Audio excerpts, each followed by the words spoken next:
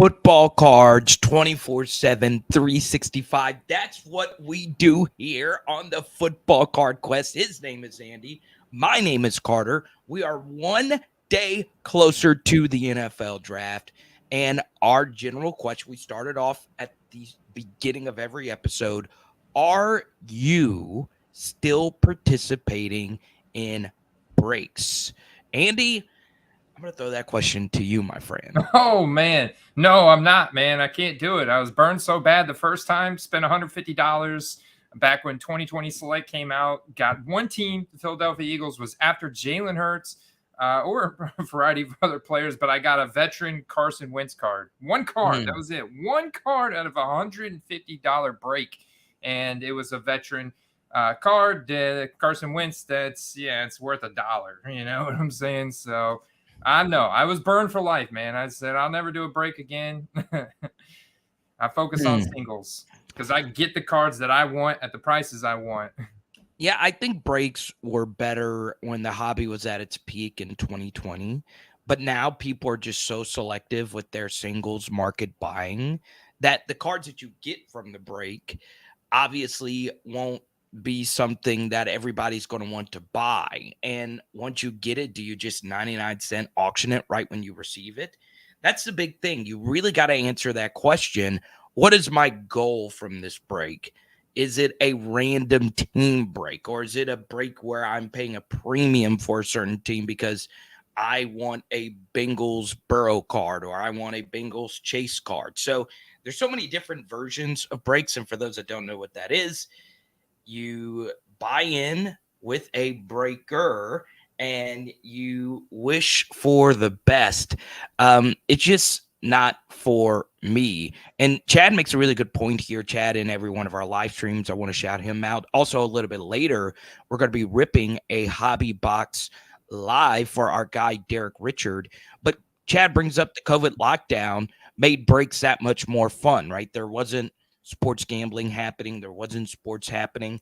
Nobody was really doing anything, and it gave you a sense of community.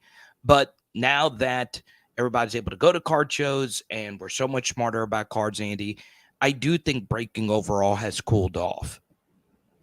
Yeah, I think it's cooled off because it's not just like not people not being able to get out, right? But it's also like as the hobby's kind of naturally evolved and people have gotten smarter within the market, they're understanding that Panini is trying to make as much money as they possibly can, you know, through this gold rush. And they've actually diluted a lot of the major products and the major sets, and so you know your hit rate's not quite as good. And then when you do hit a card, there's so many super common inserts. They might look cool, like the tidal wave, you know, or the glass break, you know, or the breakthroughs and stuff, like all these really common inserts, but they're just not worth anything because they're super common. It's not a rare insert. It's, you know, they've got 15 different parallels of it, and you literally will get one of those out of every other pack. I also think breaks are valuable if you're doing it right when the product is released, right? Because you'll receive the card when there's not going to be as much of the card that's out there. Now, here's a good thing, though. If you do get into a hobby break and you do get the Pittsburgh Steelers and you do pull the gold Kenny Pickett number to 10, well, for whatever that amount for you to get into that break, you obviously multiplied that by at least 5. But once again, those hits are very, very rare. Something else, Andy, I will hate it when breaks fill eBay. I don't know why people do breaks through eBay, but to each their own. Also, I see a lot of breakers have hobby prices way too high, where, I mean, they are netting $1,000 profit and people are just buying into the break because they don't know any better. So I would always be very cautious of what they are charging per team in a pick your team break. And look, it's a good way to get people that don't really know what they're doing per se to pay way too much for exactly what you said, Andy, to get one Carson Wentz card. Yeah, or like this seller right here, they're doing hobby box breaks where they're selling off individual players.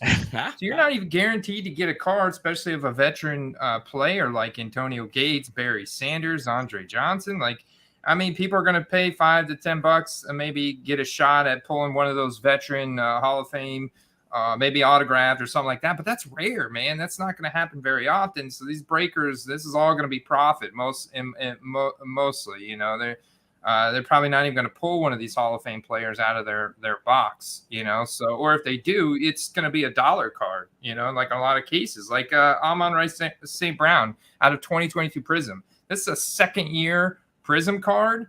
Unless it's insanely rare, it's just not going to be worth anything, right? He's still on the Detroit Lions. Everybody's going to be after his rookie product because it's still so new, you know. So it's like going after a second year card of a guy like that. It's got to be insanely rare. Case hit, super low serial numbered veteran autograph. Other than that, it's just all going to be something found in a dollar bin. Yes, sir. So we're getting a lot of good comments on this. Once again, we're going to rip a box a little bit later, a personal box for our guy, Derek.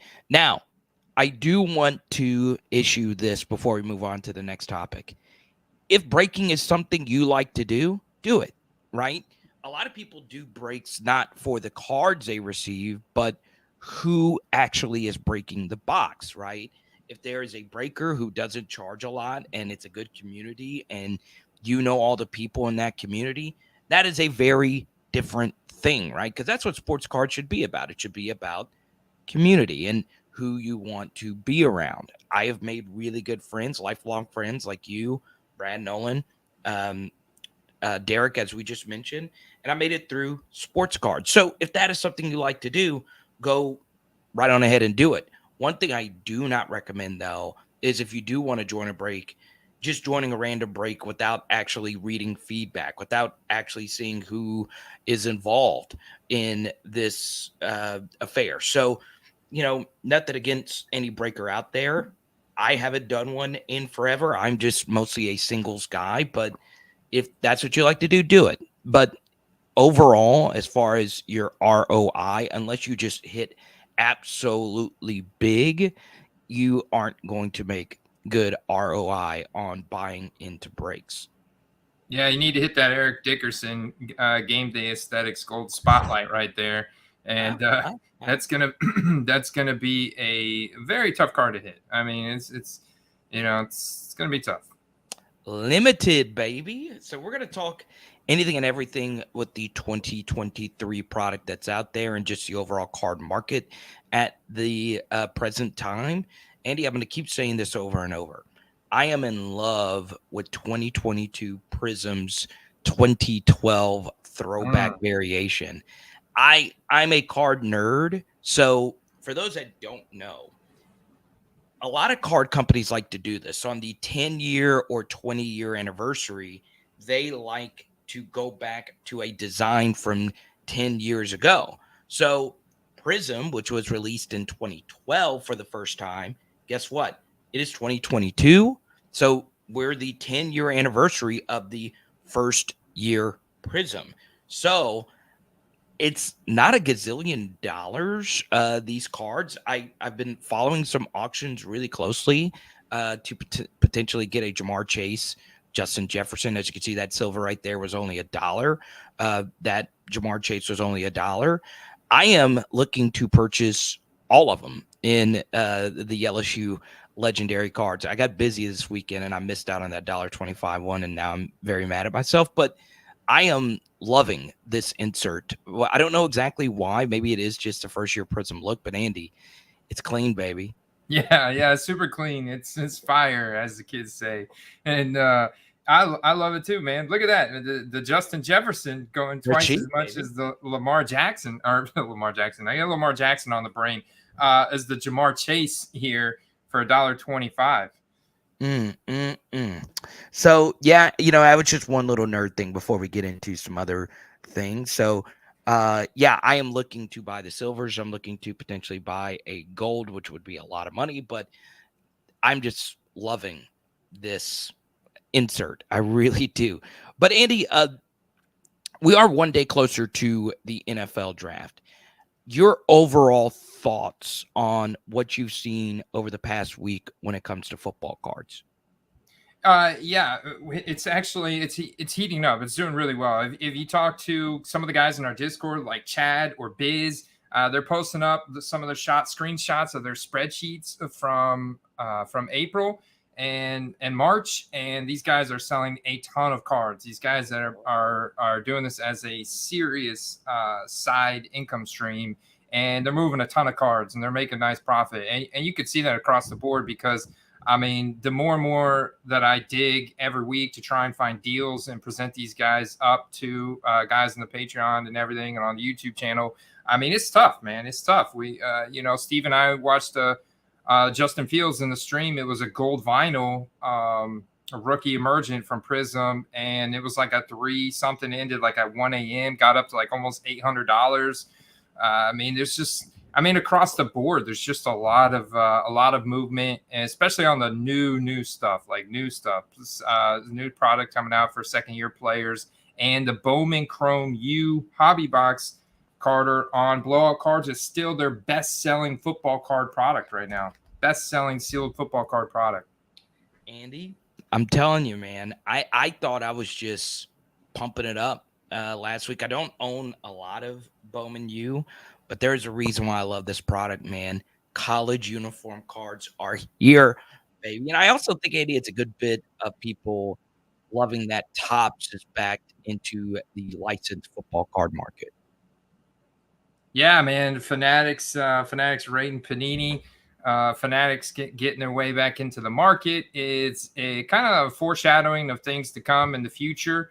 As they get more and more licenses from the NFL and the NFLPA, and they creep their way in, man. They've got a stranglehold on memorabilia, jerseys, etc. And it's only a matter of time in the coming years before they start making Topps Chrome, Topps Finest, Bowman Chrome for NFL, mainstream cards as well. Let's go, baby. College uni cards. They're not ready for it, Andy. Let's go. So, obviously, before we get into a hobby tip of the week and before we get into a few questions, I do want to welcome in all our live stream viewers. Now, if you're watching this down the road, hey, guess what? We're here for you. But every Tuesday, 1:30 Central, we are here answering your football card questions and building the Football Card Quest community. We say hi to Fierce. We say hi to Josh Williams. He is here almost every week.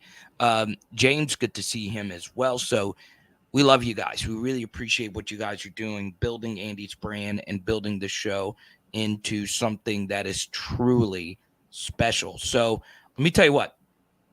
For me personally, I'm getting super excited, Andy, because in a few weeks, April 22nd, I'm going to be doing a card show in the Arclitex Memorabilia Card Show in Bossier City. Really excited about that, North Louisiana.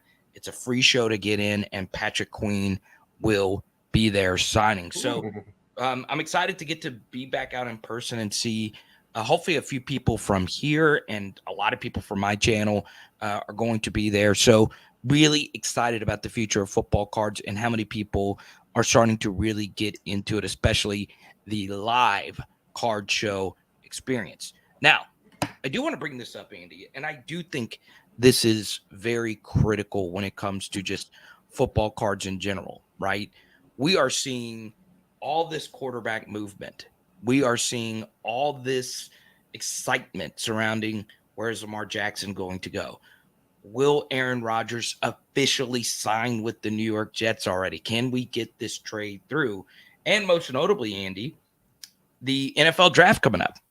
What is going to happen with Bryce Young and CJ Stroud? We still don't have clarity over which one of these quarterbacks is going to be drafted first overall.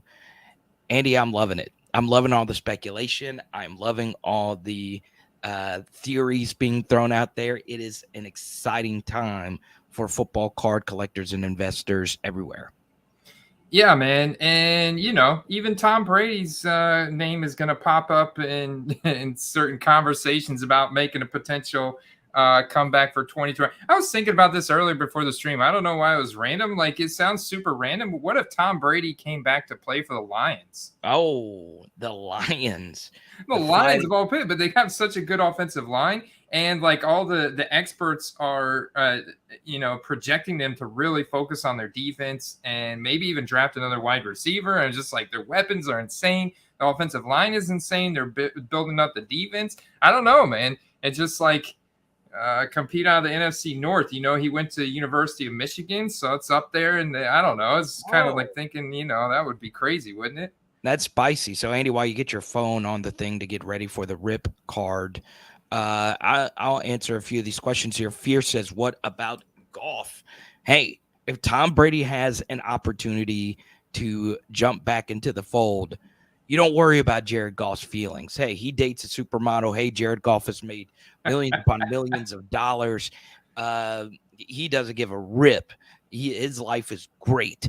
Well, he does care. He doesn't want to lose his starter's job. But, yeah, man, I would love to see it. And, look, the Lions, they moved Jeff Okudah for basically nothing. Right? That looks like they're going to go corner. I think it's a really good corner draft at the very top. I like Witherspoon out of Illinois, Gonzalez out of Oregon. I like both of them a lot. I think the Lions, man, the fighting bite your kneecap off Detroit mother freaking Lions. I'm super excited about them. And one guy, Andy, Jameson Williams. I have never seen somebody so hyped about a player than the fantasy community has been around Jameson Williams going into this next year. So, yeah, man, I'm really pumped up to see the fighting Detroit Lions. Yeah, we're starting to get early ADP information from some of these fantasy football professional championship leagues, some leagues that Derek Richards in, including, guys that are actively getting ready for their dynasty rookie drafts after the NFL draft.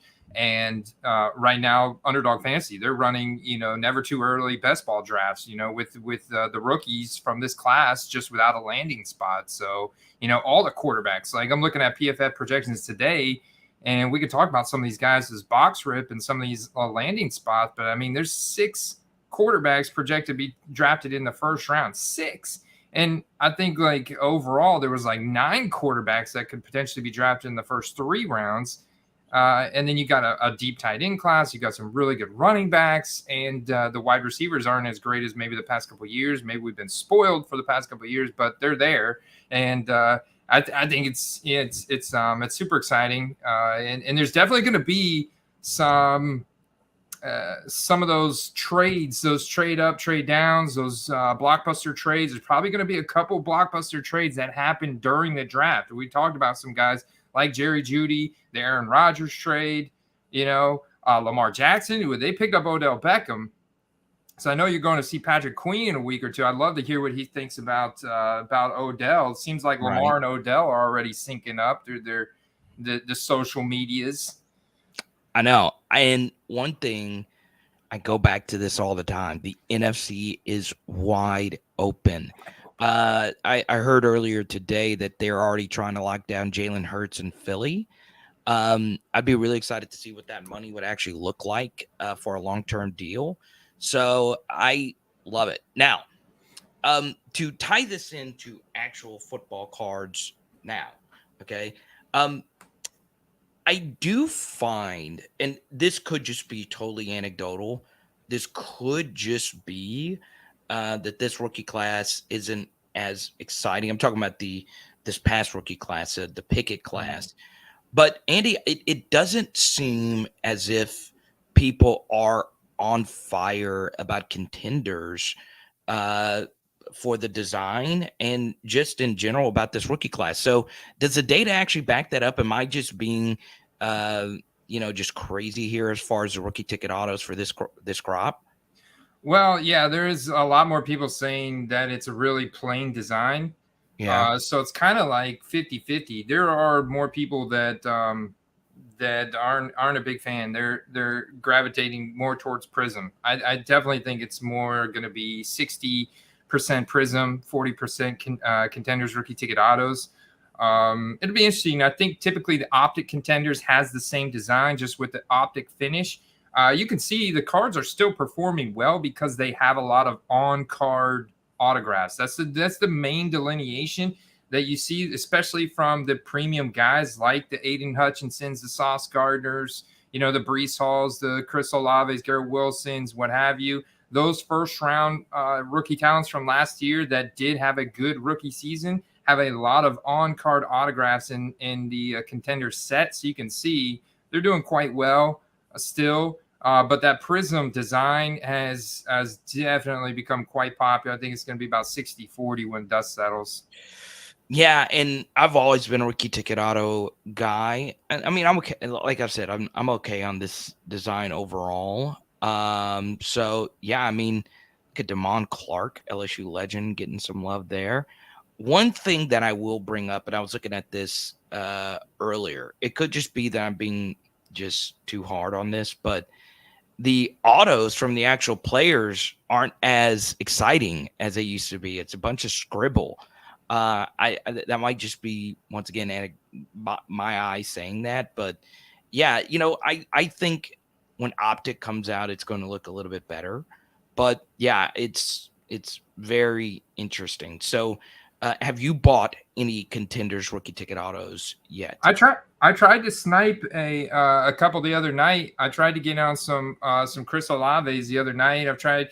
Drake London's at a good price right now, so I may actually end up getting in on Drake. But you're right, Jameson Williams, Chris Olave, Garrett Wilson, these guys are getting a lot of hype. I may go for a little bit better value and try and get in on some Drake London and some Jahan Dotson. It's just, and even Brees Hall, man, is expensive. And Sauce Gardner, I mean, I was blown away when I looked at his rookie ticket autos talking about defensive players. But so I haven't got my hands on one yet.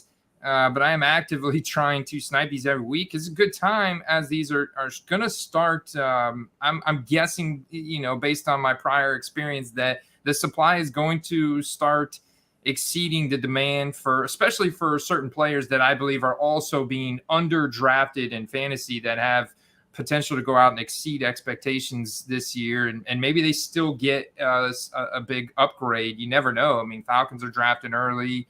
The Commanders have options. So it's like, you never know. But at the same time, they do have developing second-year quarterbacks that could surprise people. And these guys are just really good young talents. So I'm trying to actively find some value in this set for sure.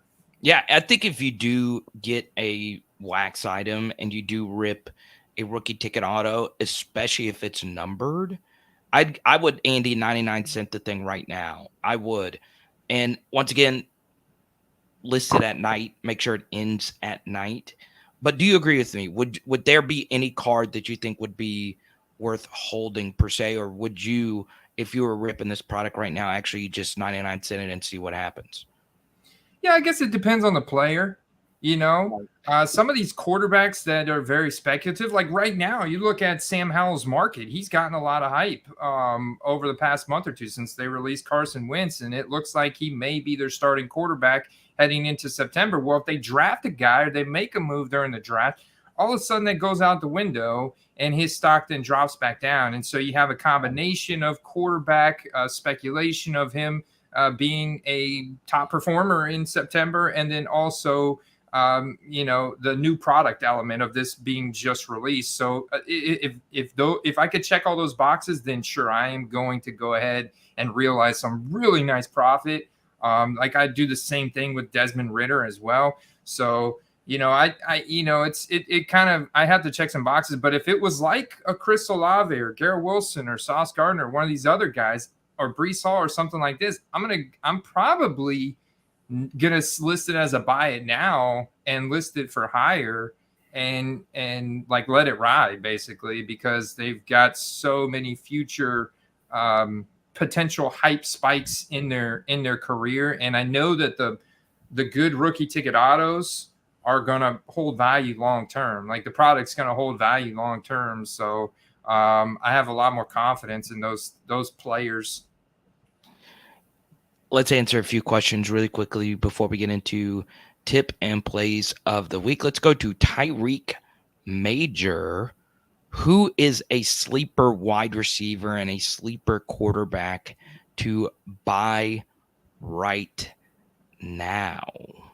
Ooh, Annie, that is a juicy question. We normally save that for play of the week. I probably should have saved this question for play of the week.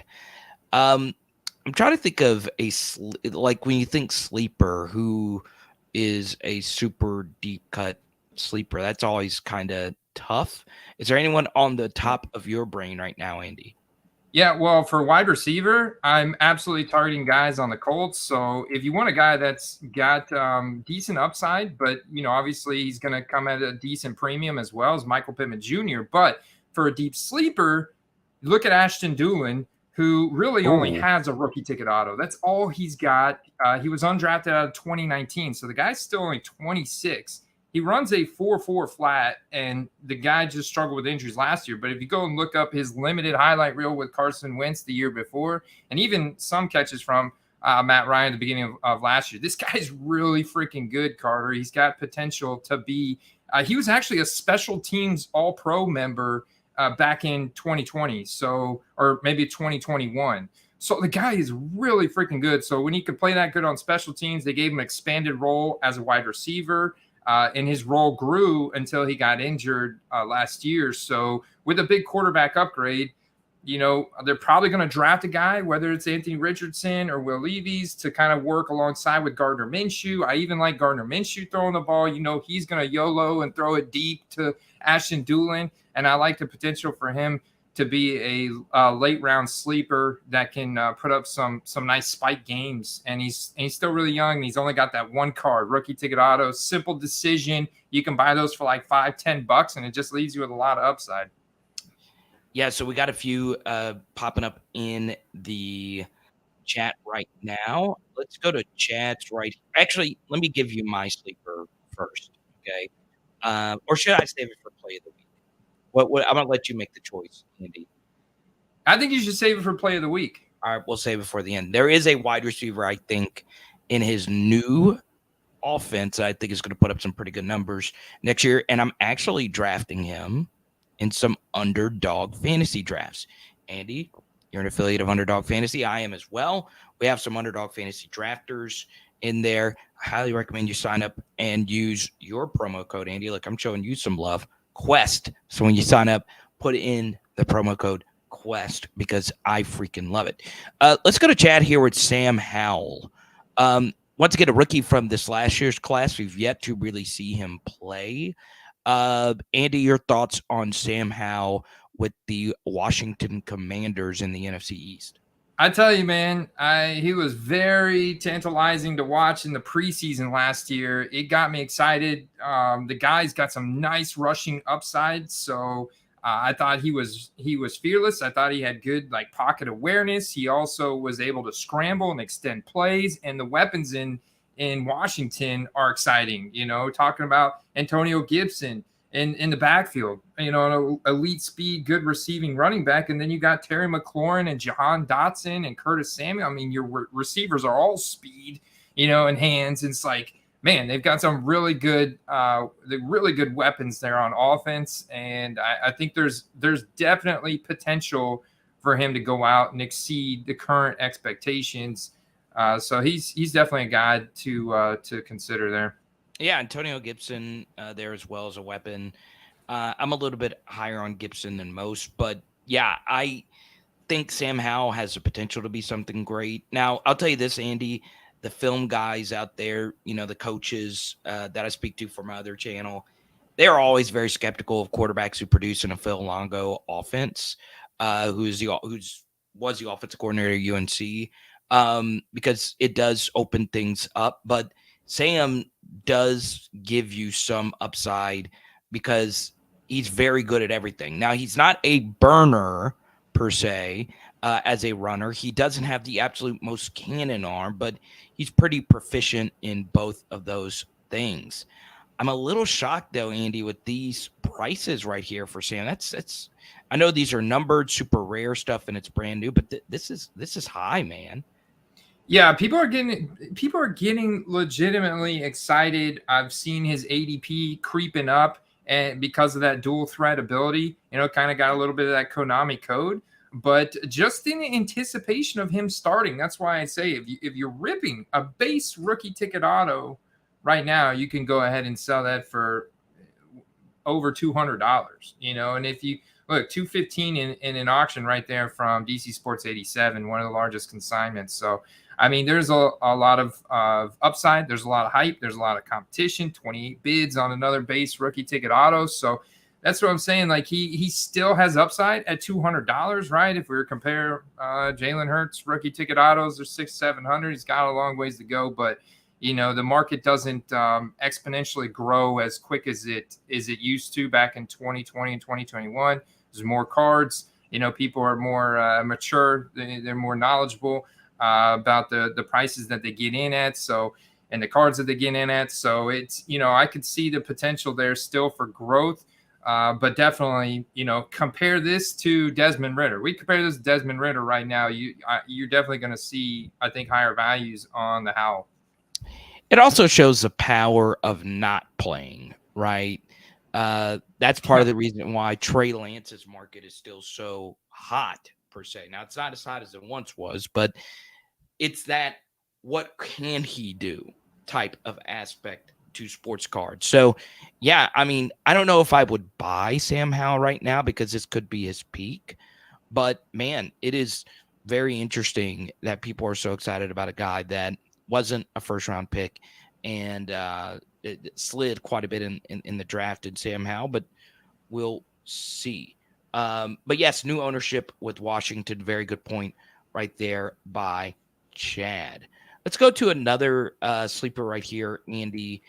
Derek brings up Bailey Zappi or Bailey Zapp, either one. Shorter in stature quarterback for the Patriots. Not really a starter, but he could be next year. Your thoughts on Bailey Zapp, who had a 1-of-1 Black Finite Prism go for $8K recently? Well, as long as he's loyal to Bill Belichick and doesn't seek outside consultants to try and improve the offense, he may do pretty well. And like, I mean, I think you and I may have talked about this before, but Bailey Zappi's like very relatable. Like I'm 6'1". I'm actually a little bit heavier than 215, but like I could be Bailey Zappi, man. So it's like, he's like your average Joe guy that just has done really well for himself. He's actually was a 4th round pick. So he's not even, Mr. Irrelevant like Brock Purdy. And now he's on the Patriots of all teams, so it's like there's a lot of that Cinderella story in Bailey Zappi. And so I think there's a lot of people that want him to and believe in him to be a franchise quarterback. But I don't personally see him anything more than like a backup platoon / maybe a bridge guy. Maybe the Patriots make a move because they have shopped Mac Jones. At least that's what's been reported. So Rashid Shaheed, according to Boot Ballers, is a guy you should buy.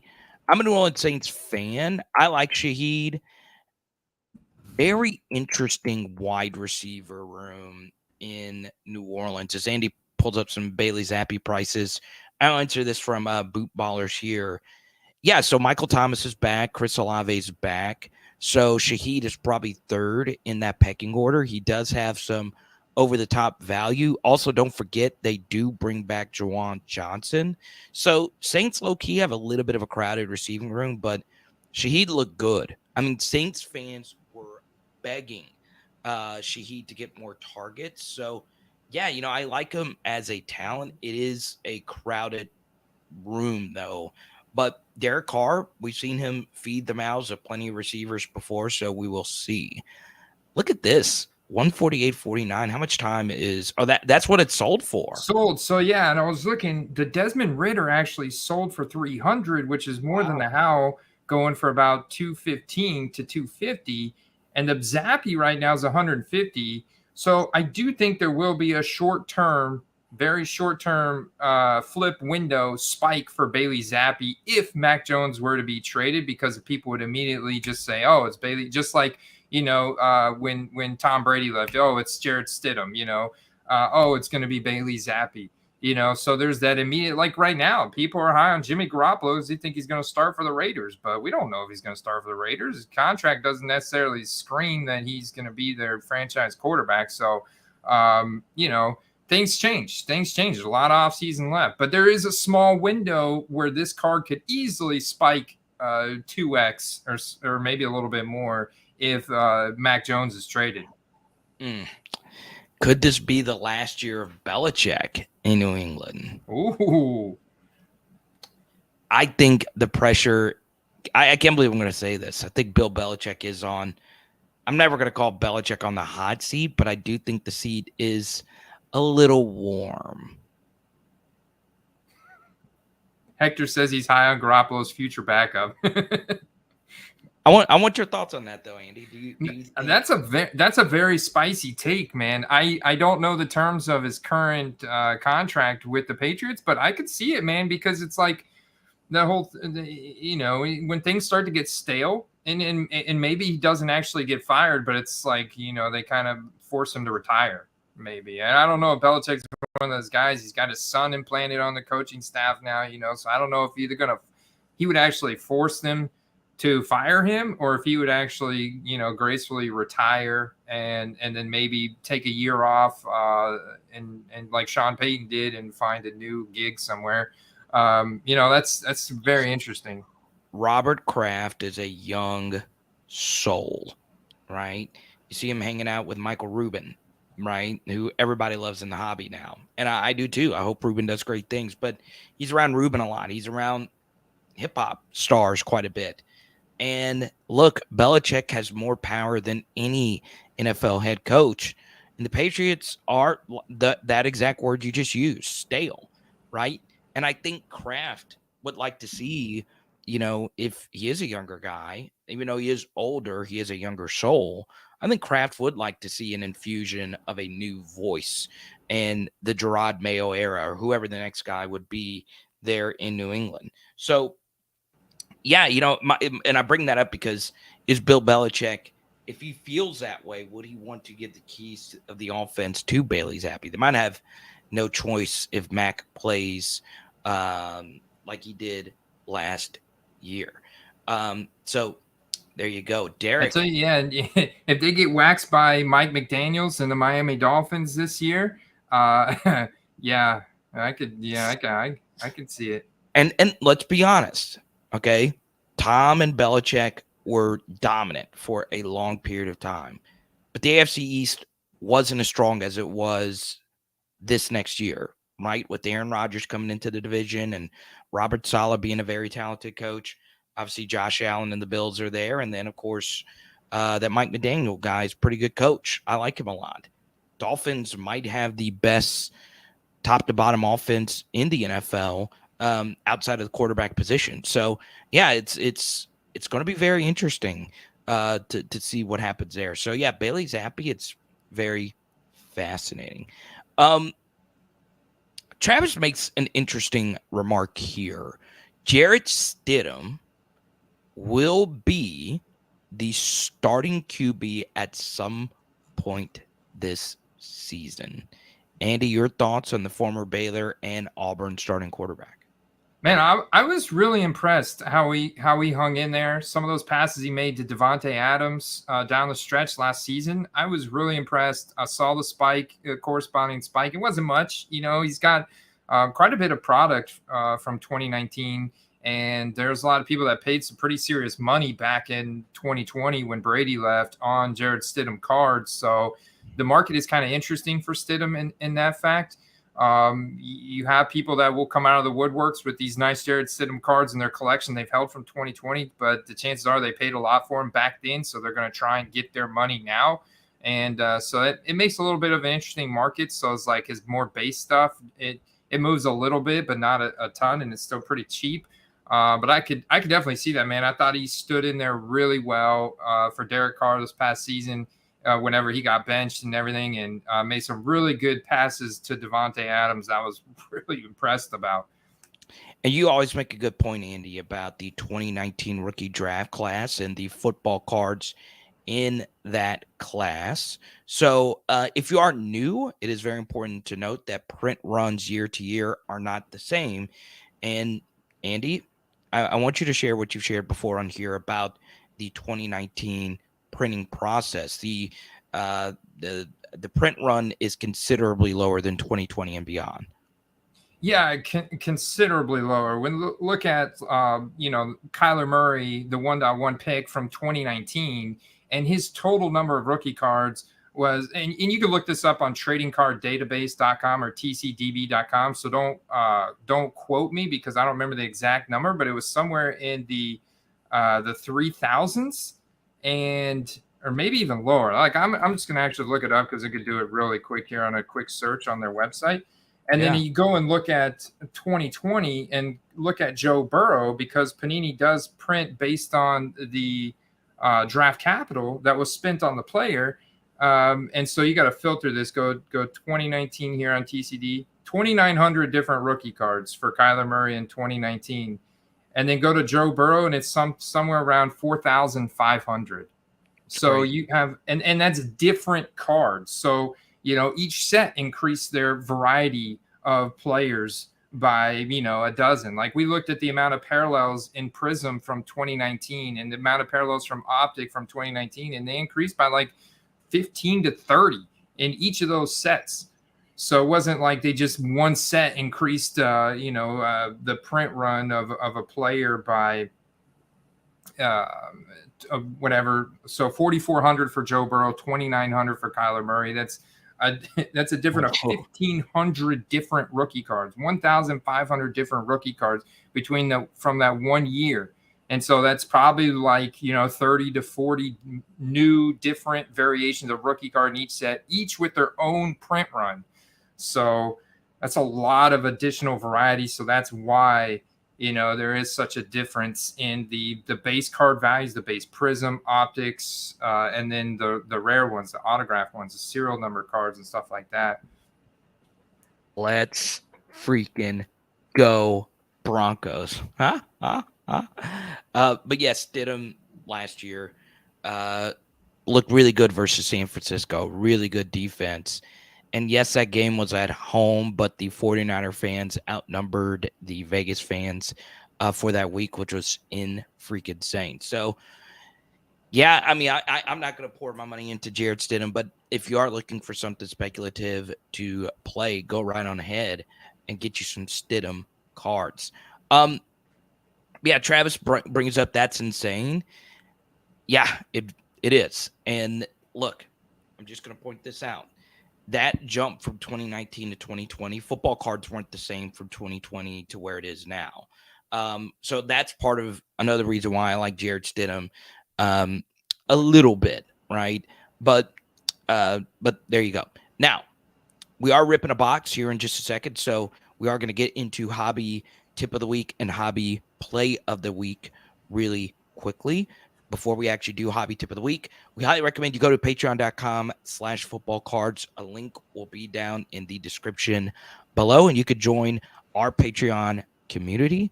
I just learned some pretty cool facts about some of our patrons, including their connections to some current players on the LSU team. So that's really cool. So I like to get to know each and every one of you. Patreon.com/footballcards is the place to go. All right, Andy, your hobby tip of the week is? Well, real quick, notice that the print runs from 2020 to 2021 went up another astronomical jump. A 2021 product has definitely got to be the peak. I don't see it have grown nearly as much from 2021 to 2022 that it has from 2020 to 2021. William Trevor Lawrence has 6,532 different rookie cards, each with their own print run from 2021. That's an additional 2,100 over Joe Burrow.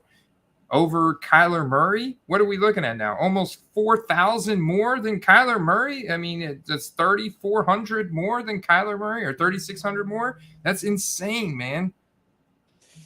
It is, and it is. So, for me, I don't think print run is a be all end all, because overall, everything is moving to super rare stuff. Things numbered to 10, things numbered to 25, one of ones, all that good stuff. But I do bring that up because it is the astronomical change from year to year is absolutely crazy. So I'll start hobby tip of the week. Why not?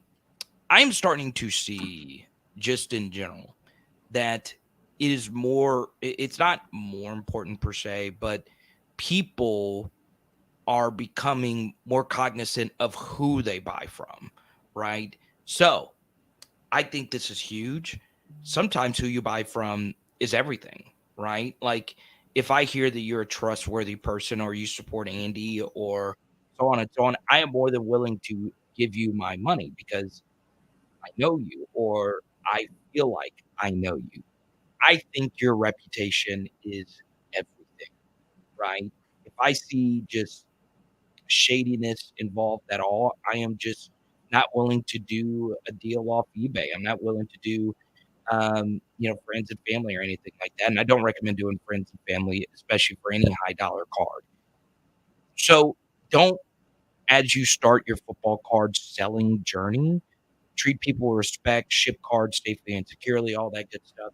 I think who you buy from is more important now than ever because there is so much scamming that goes on. So, once again, your reputation is everything. So, look, if I am deciding between buying a $1,000 card between someone I don't know or someone like Hector or Derek or whatever, I'm more than willing going to do it to someone that I feel like I know, someone that I could get extra references, someone that has a good reputation. So, I just think who you buy from is important as well as the card that you're actually buying.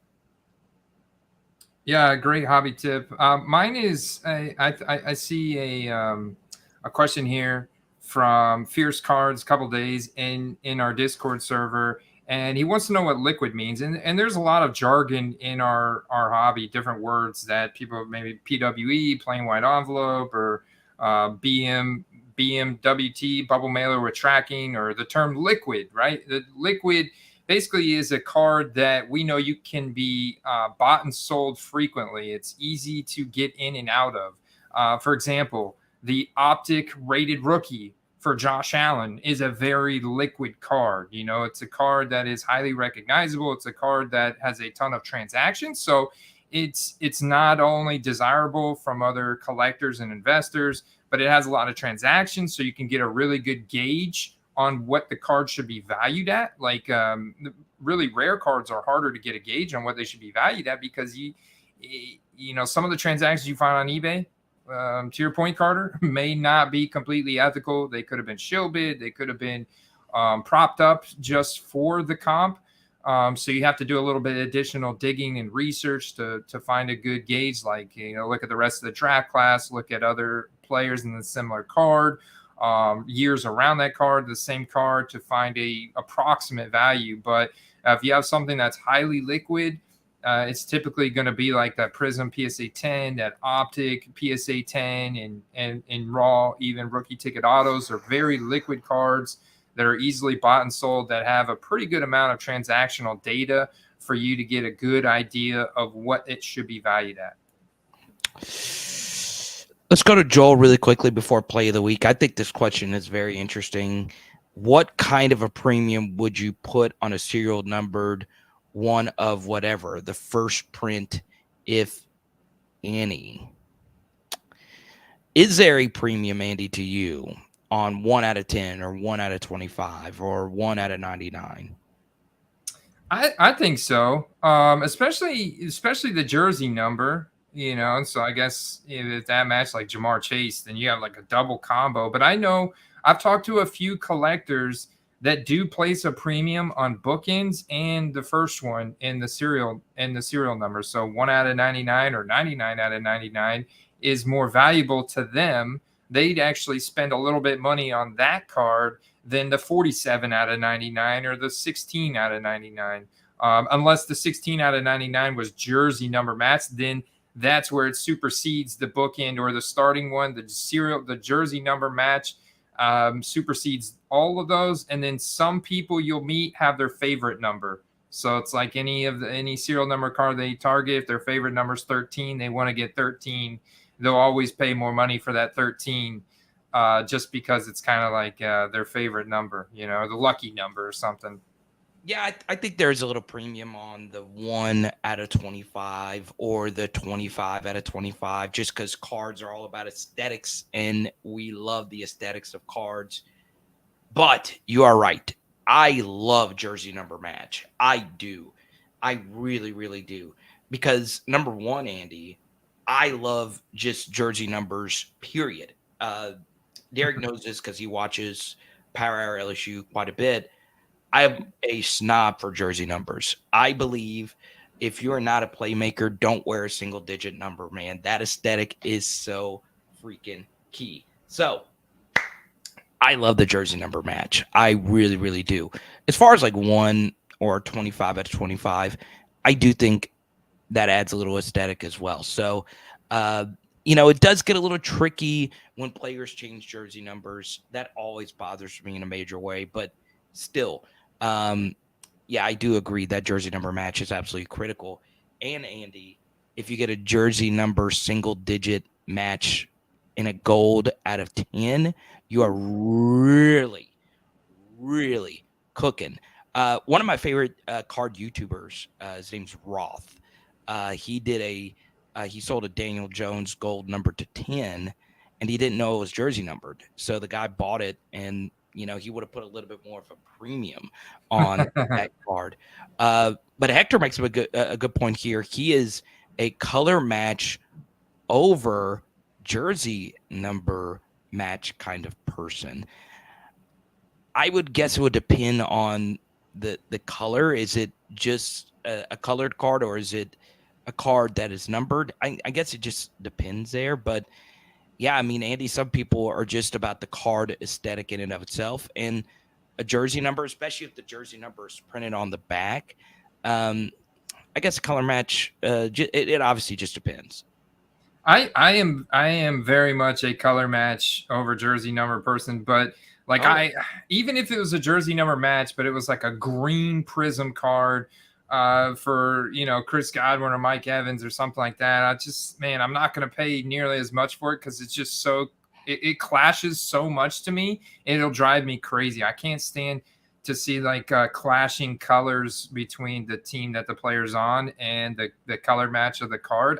I'm not a big fan of those clashing cards for whatever reason. It kind of like twitch in my brain. So I would rather have a color match in that scenario. Now, if it's anything like from silver to remotely color match or something just not clashing that I think goes well together, then I'm definitely gonna want to get that jersey number match. All right, Andy, let's go ahead and start ripping this box, baby. Let's go. Let's show Derek some love today.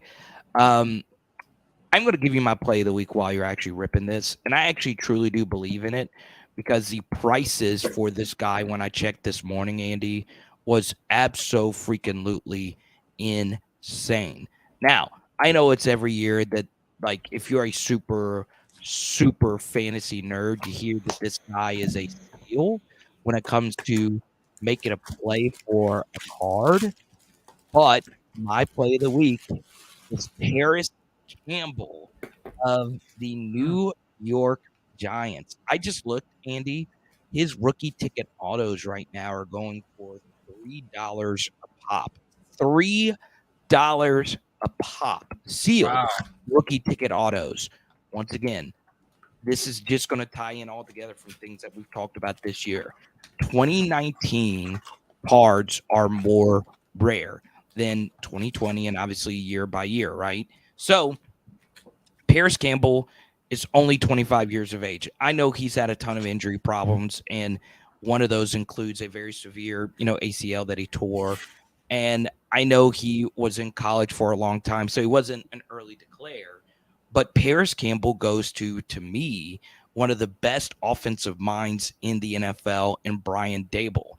Now, Andy, if you were to judge the wide receiver rooms in the NFC, I don't think anybody would think the New York Giants would have a super deep wide receiver room. I don't think anybody is thinking Isaiah Hodgins is a shoe-in to be the guy there, or Um, Darius Slayton is going to be the guy.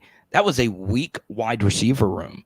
This could be a situation where Paris Campbell, I think, had 2 games last year where he had over 10 targets. And he will be wearing the number 0 next year for the New York Giants. So a new year, a new jersey number with an offensive genius. I think with what the Giants return next year, Paris Campbell. I just think the prices are so cheap right now. I get a rookie ticket auto for $3. Are you freaking kidding me? Paris Campbell, stock up now. Get him on the low because all it takes is one big week in the concrete jungle where dreams are made of in New York. Let's freaking go. So, Andy, your thoughts on my PC play of the week? Quite literally PC play. Yeah, I like it. Daniel Jones was top 5 in every single rushing category last season. He was also top 10 in multiple passing categories, and they're just getting going there. That was Brian Dable's first year. I mean, they're just starting to grease the groove, and that wide receiver room is devoid of talent, and Paris Campbell is sub 4.4 guy who started to pick up some hype last season, and the Colts offense could just never get out of first gear. I really like the play, man. It's just I cheap. really like the play. It's just super cheap. It's got upside, massive market, and another, like, his rookie product from 2019 has a pretty decent color match from the Colts to the Giants. I mean, there's a lot of blue in there, Let's go. I think he'll go underdrafted potentially. And if the Giants don't add some serious talent here in the draft, I like that play as well. All right, let's start ripping, baby. Okay. So all the packs go to Derek, each and every one.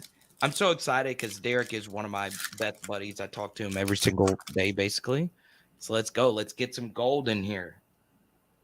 Yeah, dude, that would be so sick. All right. Xavier Hutchin, Spencer Sanders, Ole Miss quarterback. Let's go. Clayton Tune, Kenny McIntosh, Pack 2. Let's go, Derek. I'm still really liking the quality of these Bowman Chrome cards, and I mean, it is like the hobby box is so reasonably priced now at like $130. Ty Simpson. King Dent. I have pulled more Jordan Battle out of this product than I would like to admit.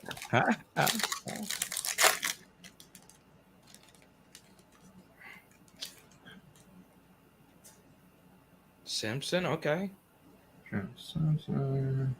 Nice refractor. Former LSU commit. Oh yeah, there was Bowtie Tim in our Discord was wanting your take on I think it was Jaden Daniels. Yes, so his son was teammates with Jaden Daniels in high school. I really wish Jaden was in this product. I really, really, really do. Oh man, he's not in here.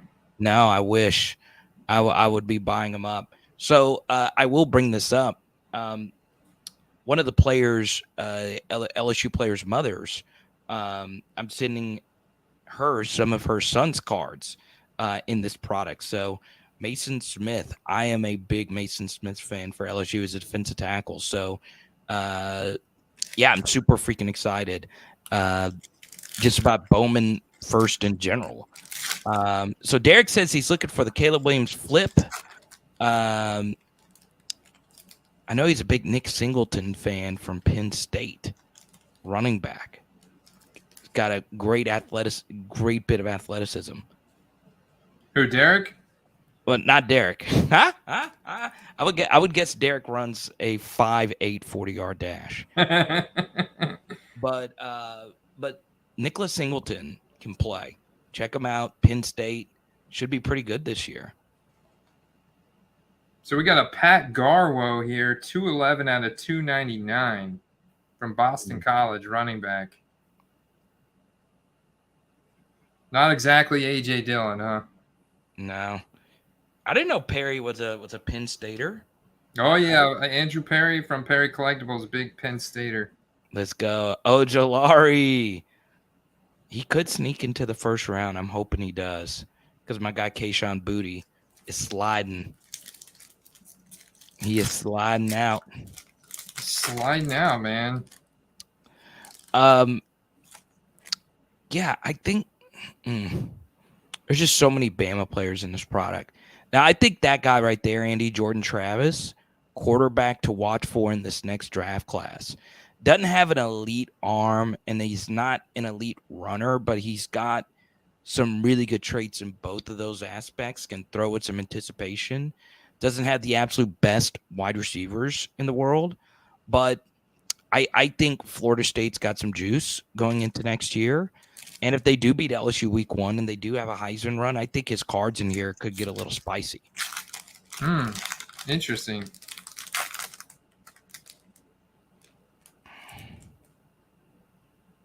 Brennan Armstrong. There we go. Let's go. Good stuff, Derek. Got a Caleb Williams silver, man. Let's go. Not what we were quite looking for, but it's still good. Dan got the retro look. I like it. Oh, there we go. Yeah, it's a fairly common insert, but at least you got the short print version of it with the refractor. Ugh. That'll look cool on the wall, look cool on Derek's display. Keely Ringo there at the end.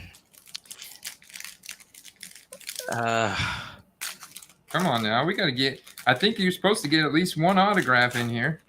Well, come on, Bowman. We've been talking about you quite a bit. Eli Ricks, don't get me started on. Cade, let's go. Let's go. I like it, man. Klubnik. Let's go. Purple shimmer. I'm guessing this is serial numbered. No serial number on this. I'm surprised. But at least we got a color match, though, baby. Yeah. The color match on this is nasty. And the purple jersey too. I like it. The purple jersey with the first. Yeah, that's a nice little card. Nice, bro. Zach Evans. I think Zach Evans is one of the most explosive names in the Dynasty community. There's so many people just out on him. Former 5-star.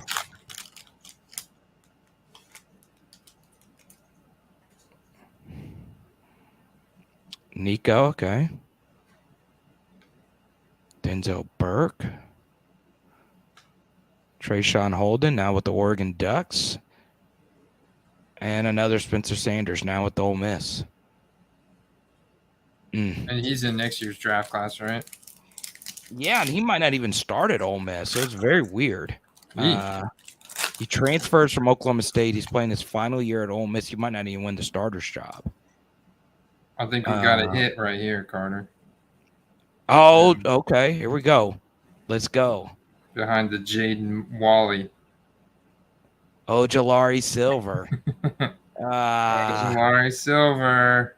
Refractor. I like it, but Jabari Small, Isaiah Nair. Okay. That pack felt a little heavier, but so does this pack now that I'm picking it up. There's a lot of packs in here, so we still have, 9 packs to go. Oh, right off the top here, man. The Bryce Young Invicta. I'll take it. Chunky card stock. Another, I guess, fairly common insert. What I don't like about this, we got no first here, We got no first, no serial number, but this is a chunky refractor here, insert. And the Cade McNamara and the Dorian Thompson Robinson. DTR. I think depending on landing spot, his cards can get a little hot.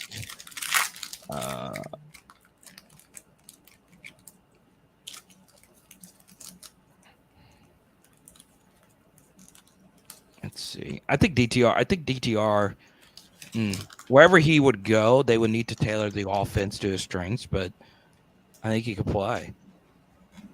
Think he can play? Yeah, I think DTR's got some juice. I do. Lots of experience. Put these.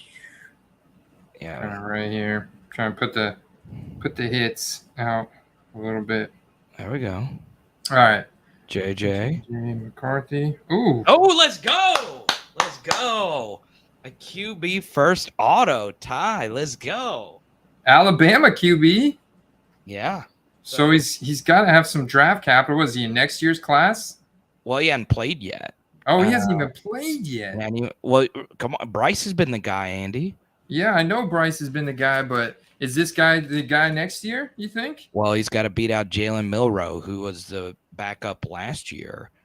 So, yeah, it's going to be tough for him to beat out Milroe, who is an elite runner. I think Milroe is an amazing, like, Jalen Hurts type of runner, but his accuracy isn't the absolute best. Ty does have the Konami code. He does have some dual thread capability, and I know Derek loves him some Ty Simpson. Out of Tennessee, I had a really good grade on him. He was a top 5 QB in this last crop for me. So he's going into year 2 now, and he might beat out Milroe. There he is. Look at that. There he is, baby. Let's go, Mason. He was in the same pack as a Mason Smith and a Stetson Bennett first. There we go. SEC, baby. There you go. I'm proud of Derek getting. I know Derek loves him some Ty Simpson. That's good. Yeah, this box is already leaps and bounds better than that other one. Oh, from 2 weeks ago.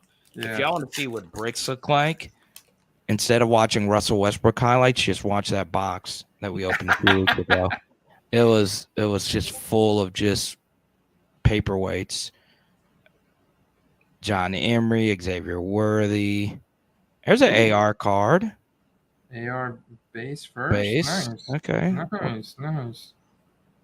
Sold mine for $5 recently. Yeah, man. Derek's sending me that Mason Smith. I like it. I'm a big Mason Smith guy. Trevor Etienne. You recognize that last name, Andy? I recognize that last name, man. He's on a lot of my dynasty teams. Oh, really? Travis, his brother Travis. Let's go. Trevor's got some juice. Mayer. Man, he's probably a first-round tight end, isn't he? Yeah, I don't know if I like him or Kincaid better coming out. But, yeah, Michael Mayer. Like that. Henry To'oTo'o. And Walker, who's also at Ole Miss. So there's 3 Ole Miss quarterbacks in this class, in this product. Spencer Sanders, Walker Howard, and Jackson Dart. It's pretty crazy. And we got a Bryce in the okay. And accidentally revealed the back card on this. This might turn out to be a pretty decent box. We might be cooking. It's okay, and Izzy Silver. Okay. Cam Rising and a Bryce base. Bryce. Put that Izzy Silver with the other ones, Andy. Yeah. Because he is moving up draft boards after a crazy pro day. Yeah, I think Marvin Harrison Jr. is going to be the most hyped wide receiver prospect maybe ever going into next year's draft class. Tony Grimes, okay. Where does Marvin Harrison Jr. go to school? He is at Arizona State. No, I'm kidding. Ohio State. Yeah, so there's a Zach Evans. There's Will Anderson. Okay. Tyler Van Dyke. Ugh. Yeah, I think he's special. I do. I really, really, really do. He will be the number 3 selection in next year's draft behind Drake May and Caleb Williams. Wow, that's insane, man. Yeah. And, I mean, he's got it in his blood. It's in his DNA. I know. Let's see. Another Cade, okay. Isaac Rex. Dang, a lot of Ole Miss quarterbacks in this product. Like I Ton of Ole told you, Miss. man. So I got 5 packs left. 5 packs. Let's get it.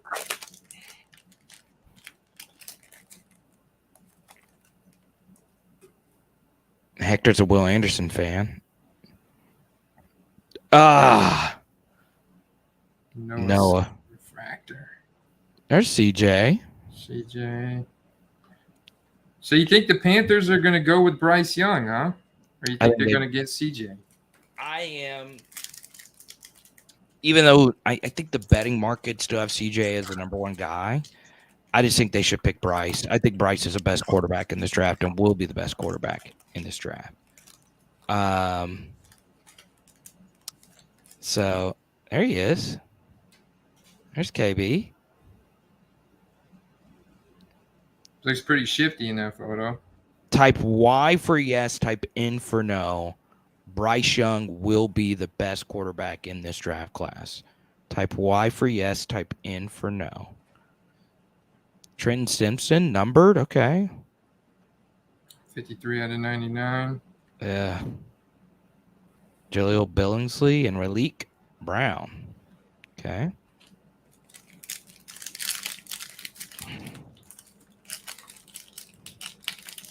Oh, Derek is an A-Rich guy. Ooh. I mean, he's got the raw tools, the raw physical attributes. If you're betting on athleticism, go right on ahead. JSN. I believe the JSN hype. I do.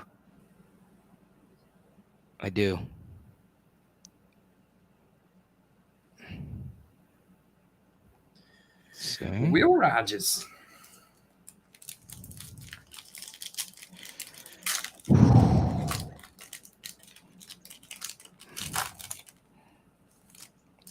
All right. CJ Silver. Okay. The Invictus. Nice. Okay. Hendon Hooker first. Okay. And a Caleb Williams first. All right. We'll take it. Nice. That was a pretty loaded pack right there, man. Was there only 3 cards in that one? Yeah, it was just 3 cards in that one because of that fat Invicta. I'll take it. Ugh. Okay. Don't want Vandy Commodores. Nolan second autograph? Okay. A Georgia linebacker. I don't know. Georgia's had an insane defense the past couple of years. He has actually moved up on mock boards. I think he's firmly in the first round now. I don't love him as much as most. I think he's kind of a Caleb Von Chason type of player for LSU, just a really good college edge setting outside linebacker. Got hurt this past year. But yeah, still a good pull, man. Good auto. Yeah, it's serial number 2 on this one out of 499. It's too bad that that Ty Simpson wasn't serial numbered. Cameron Ward and Aiden O'Connell there. Okay. 2 autos per box. 2 autos per box. So we got 2 packs left. Let's see what we can finish off with.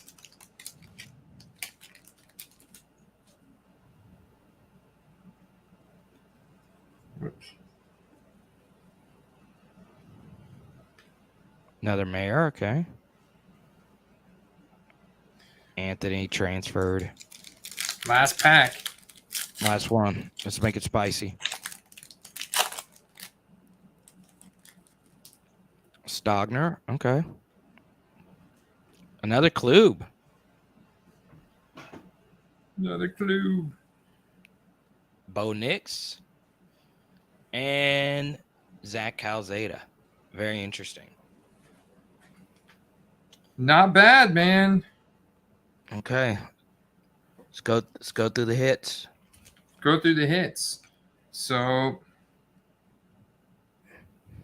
I mean, I think you got a pretty decent amount of hits. There was actually one more serial number card earlier that I didn't put in this pile. You got the Nolan Smith, auto here out of 499. There's a Hendon Hooker first. There's a Caleb Williams first. There's a CJ Stroud Invicta refractor. There's the green shimmer Trenton Simpson first, and that is numbered out of 99. There's the Israel Abikanda. Is that how I say that? Abanikanda? Yeah. Izzy. There's a Michael Mayer in the retro. It's an AR first. There's a Ty Simpson. That was our biggest hit of this box. Ty Simpson auto, non-serial numbered, but 5-star recruit, right? Right, Carter? Yeah. Future potential starting quarterback for the Alabama Crimson Tide. Bryce Young Invicta refractor. You got the BJ Ojulari refractor first. You got a Cade Klubnik purple shimmer, non-serial numbered. Got a Caleb Williams retro refractor. And I don't know why I put this one there. Brendan Armstrong first base card from Virginia. Ugh. There was one more, and then of course you got quite a few refractors in here. There was one more all the way down here. Yeah, there it is. The first one was a Pat Garwo. Looks like a teal refractor there out of 299. So we'll put that Pat Garwo to the side as well. Yeah, solid. There you go.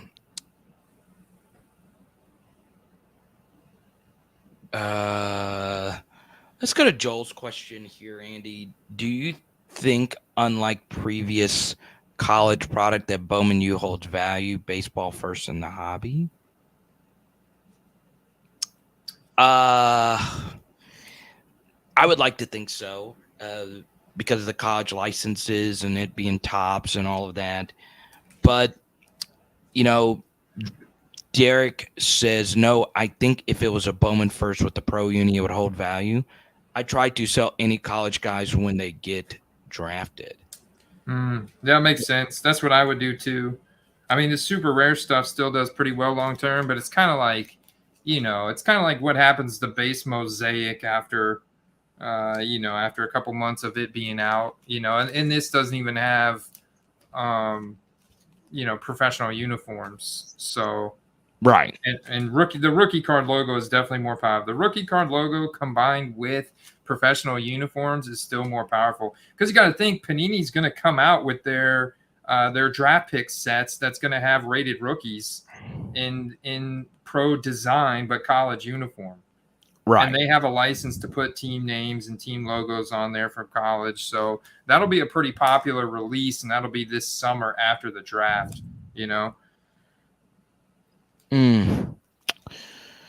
So, yeah. Derek, what did you think of your box, man? Did you think it was a successful run? I think it is especially successful considering the other box was so bad. If you want to see the worst box of any product ever ripped on a channel, go see the other one that was full of bricks. This one I thought was fine. Like, it wasn't spectacular, but I thought it was fine. I do. So yeah, I think it was successful. I really do.